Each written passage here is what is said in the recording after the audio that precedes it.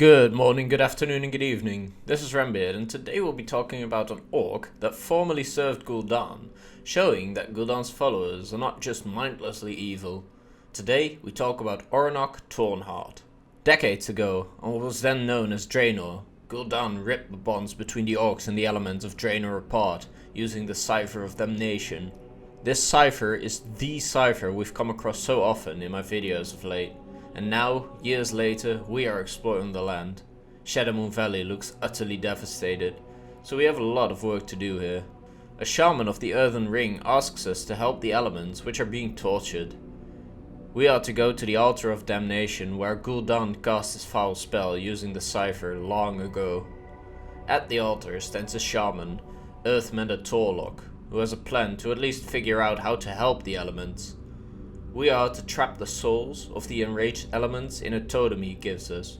Once trapped, we can ask them how we can help them, as they pretty much would have to listen to us.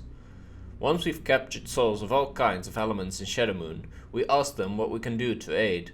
The elements tell us about Cyruk, whose wrath was incurred upon severing the bonds between orc and element. The shattering of the world caused Cyruk to go mad, and his tears are what befoul the land now. The only way to stop the torture would be to summon Cyruk, using the Cipher of Damnation ourselves, and kill him. This is a pretty hefty task, and neither we nor Torlok really know what to do. Torlok says we might as well start somewhere, and he sends us to a hermit that comes to the altar every now and then. Oronok Tornheart. We find Oronok high up on a mountain, where he has a small farm training fell boars.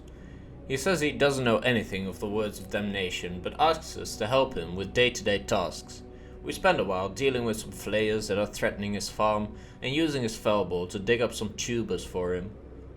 Once we've been helping him for a considerable time, he tells us that he does in fact know something of the cipher. He just had to make sure that we were trustworthy, and helping him proved us to be exactly that. What he tells us is quite the story. Oronok initially agreed with gul'dan's visions and dropped his elemental ties in favor of shadow magics. He became a warlock, and a very talented one at that. He managed to become one of gul'dan's lieutenants, working closely with the evil mastermind. However, when gul'dan used the Cipher of Damnation to truly sever the bonds, Oronok felt terribly empty. Despite the fact that he had been using shadow magic, he still had a bond with the elements. And now that it was gone, he saw a monster in gul'dan, rather than a savior. He deserted gul'dan to start his farm, and I'm impressed that he was not assassinated or something, knowing what he knows. He tells us about the cipher. Gul'dan kept it in his private quarters in Karabor. When Illidan's Stormrage took over the temple, he found the cipher, and although he was aware that the book had little use, now that Draenor was already destroyed, he kept it with him anyways for later use. He divided the tome in 3 parts, and charged different followers of him with the safekeeping of the parts. Oronok has 3 sons, and for a while he has been trying to get a hold of the cipher once more. Each of his sons is after a part of the cipher, and now Oronok asks us to help his sons out. You might wonder where Oronok's wife is, but I don't think she's around anymore. We know that she was a bloodthirsty and slightly reckless woman, as Tornheart states his reckless warrior son probably got these traits from his mother. Oh well, yeah, she's probably long gone. We go on our mission to help Oronok's sons gather all the parts of the cipher. First off, we meet with grom'tor, the warrior, the strong yet reckless one of the 3 sons. He's interrogating Naga that supposedly see over the first fragment of the tome. With relative ease we find this piece, and we move on. The second son is Artor, the tracker. We find him at Illidari Point, where he is entangled in some foul crystal prison. We try to free him, but it's too late. Artor is dead. We manage to commune with his spirit, however, and he tells us what the second fragment is. We get our hands on some of the Tornheart heirlooms Artor had with him, and find the second fragment. On to the third son, Borak.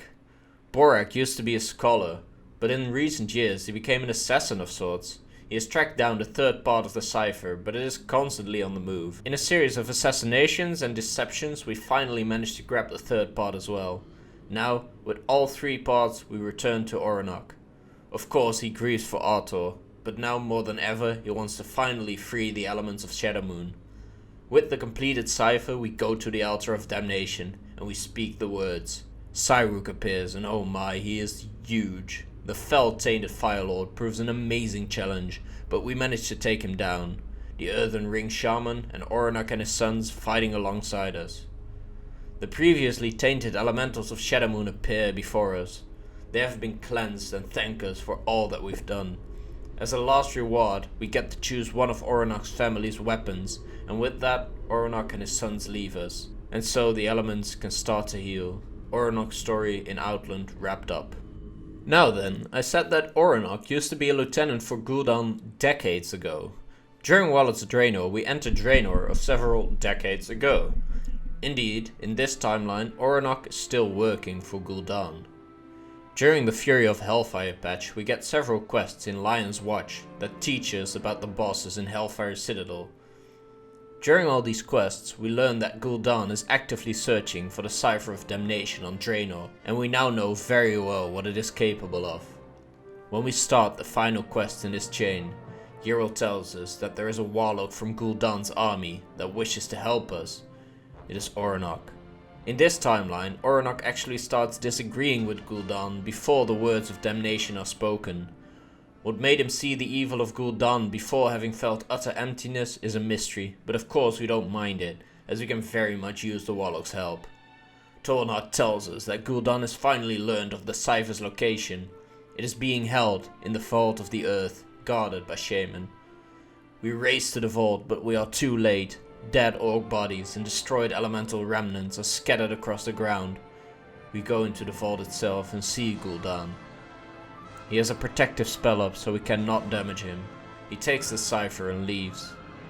Outside, Oronok awaits us. He damns himself for having come to us too late, but I guess it's better than not having come at all. He tells us he knows where gul'dan will utter the words, but that the place is shielded by a wall of spellwork.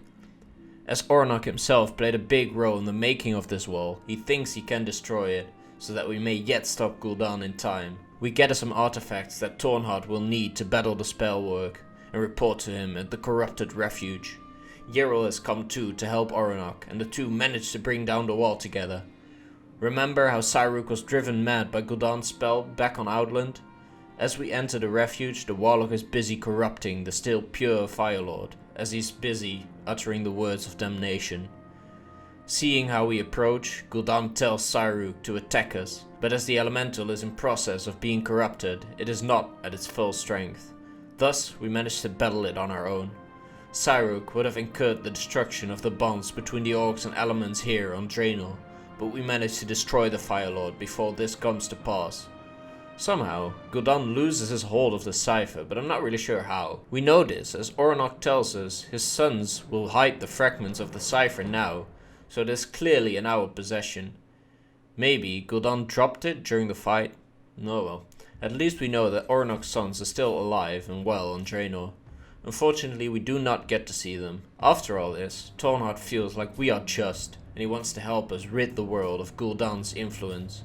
So he joins us as a garrison follower. He does help us by farming gold and whatnot, but that is it for his story. Oronok has had a pretty hefty life, and I do really like his story. I hope you did as well, and I'll see you again next time. Goodbye.